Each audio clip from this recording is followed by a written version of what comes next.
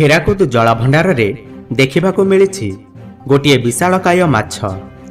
ଏହି ମାଛ ଯେତିକି ରହସ୍ୟ ଭରି ଦେଇଛି ସେତିକି ଭୟ ମଧ୍ୟ ସୃଷ୍ଟି କରିଛି ମତ୍ସ୍ୟଜୀବୀମାନଙ୍କ ମନରେ। ଏହି ଭିଡ଼ିଓଟିରେ ଆସନ୍ତୁ ଜାଣିବା କି ଏହି ବିଶାଳକାୟ ମାଛଟି କେଉଁଠୁ ଆସିଲା। କିନ୍ତୁ ପ୍ରଥମେ ଆସନ୍ତୁ ଜାଣିବା ହୀରାକୁଦ ଡ୍ୟାମ୍ ବିଷୟରେ କିଛି।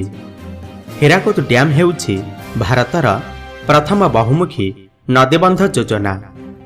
ଭବ୍ୟ ମହାନଦୀ ଉପରେ ବନାଯାଇଛି ଏହି ଡ୍ୟାମ୍। 1948 ମସିହାରେ ଏହି କାମର ଆରମ୍ଭ ହୋଇ 1957 ମସିହାରେ ଶେଷ ହୋଇଥିଲା। ଭାରତର ପ୍ରଥମ ପ୍ରଧାନମନ୍ତ୍ରୀ ଜବାହରଲାଲ ନେହେରୁ ଏହି ଡ୍ୟାମ୍ର ଉଦ୍ଘାଟନ କରିଥିଲେ। 25 କିଲୋମିଟର ବିଶିଷ୍ଟ ଏହି ଡ୍ୟାମ୍ ହେଉଛି ପୃଥିବୀର ଦୀର୍ଘତମ ନଦୀବନ୍ଧ ମଧ୍ୟରୁ ଅନ୍ୟତମ।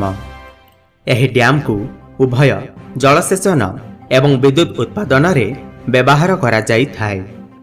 ସେହି ସମୟରେ ଏହି ଡ୍ୟାମ୍କୁ ବନେଇବାରେ ପାଖାପାଖି 100 କୋଟିରୁ ଅଧିକ ଟଙ୍କା ଖର୍ଚ୍ଚ ହୋଇଥିଲା। ଏଥିରେ 64ଟି ସୁଇଚ୍ ଗେଟ୍ ରହିଅଛି। 200 ଫୁଟ ଉଚ୍ଚତା ବିଶିଷ୍ଟ ଏହି ବନ୍ଧରେ 600 କୋଟି କ୍ୟୁବିକ୍ ମିଟର ଏକ ବିଶାଳ ଜଳଭଣ୍ଡାର ରହିଛି। ତେବେ ଏହି ଜଳଭଣ୍ଡାର ବର୍ତ୍ତମାନ ଚର୍ଚ୍ଚାର କେନ୍ଦ୍ରବିନ୍ଦୁ ପାଲଟିଛି ଗୋଟିଏ ବିଶାଳକାୟ ମାଛ ପାଇଁ। କାରଣ ଏଥିରେ ଗୋଟିଏ ବିଶାଳକାୟ ମାଛ ଏବଂ ଅସାଧାରଣ ମାଛକୁ ଦେଖିବାକୁ ମିଳିଛି। ହୀରାକୁଦ ଡ୍ୟାମ୍ରେ ଆଗରୁ ଏତେ ବିଶାଳକାୟ ମାଛକୁ କେହି ବି ଦେଖିନଥିଲେ।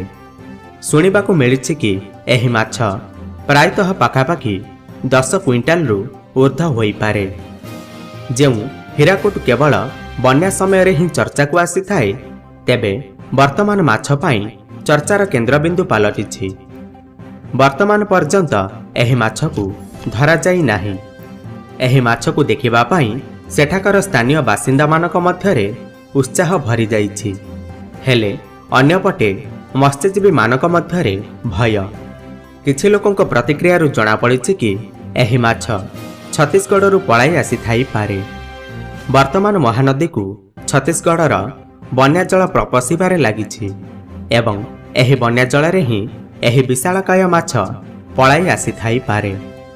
ଏଭଳି କିଛି ଅନୁମାନ କରାଯାଉଅଛି। ଏପରି ବିଶାଳକାୟ ମାଛ ସାଧାରଣତଃ ସମୁଦ୍ର ମଧ୍ୟରେ ହିଁ ରହିଥାନ୍ତି। କିନ୍ତୁ ଏହା ନଦୀ ଜଳକୁ କିପରି ଆସିଲା ତାହା ଏପର୍ଯ୍ୟନ୍ତ ଜଣାପଡ଼ି ନାହିଁ। କିନ୍ତୁ ଯାହା ବି ହେଉ, ଏତେ ବଡ଼ ମାଛ ଆଜି ପର୍ଯ୍ୟନ୍ତ ହୀରାକୁଦ ଜଳଭଣ୍ଡାରରେ ଦେଖାଯାଇ ନଥିଲା। ତେବେ ଏହି ମାଛଟି କେଉଁଠୁ ଆସିଲା ଏବଂ କେଉଁ ପ୍ରଜାତିର ତାହା ମତ୍ସ୍ୟଜୀବୀଙ୍କର ଯାଞ୍ଚ ପରେ ହିଁ ଜଣାପଡ଼ିବ। ତେବେ ଏହିପରି କିଛି ଭିଡ଼ିଓ ଆଗକୁ ପାଇବା ପାଇଁ ଆମ ଚ୍ୟାନେଲକୁ ସବସ୍କ୍ରାଇବ୍ କରିବା ସହିତ ପାଖରେ ଥିବା ବେଲ୍ ଆଇକନ୍କୁ ମଧ୍ୟ ପ୍ରେସ୍ କରନ୍ତୁ, ଯାହାଫଳରେ ଆମେ ଯେଉଁ ବି ଭିଡ଼ିଓ ଅପଲୋଡ଼ କରିବୁ ତାହା ସର୍ବପ୍ରଥମେ ଆପଣମାନେ ପାଇପାରିବେ। ଧନ୍ୟବାଦ।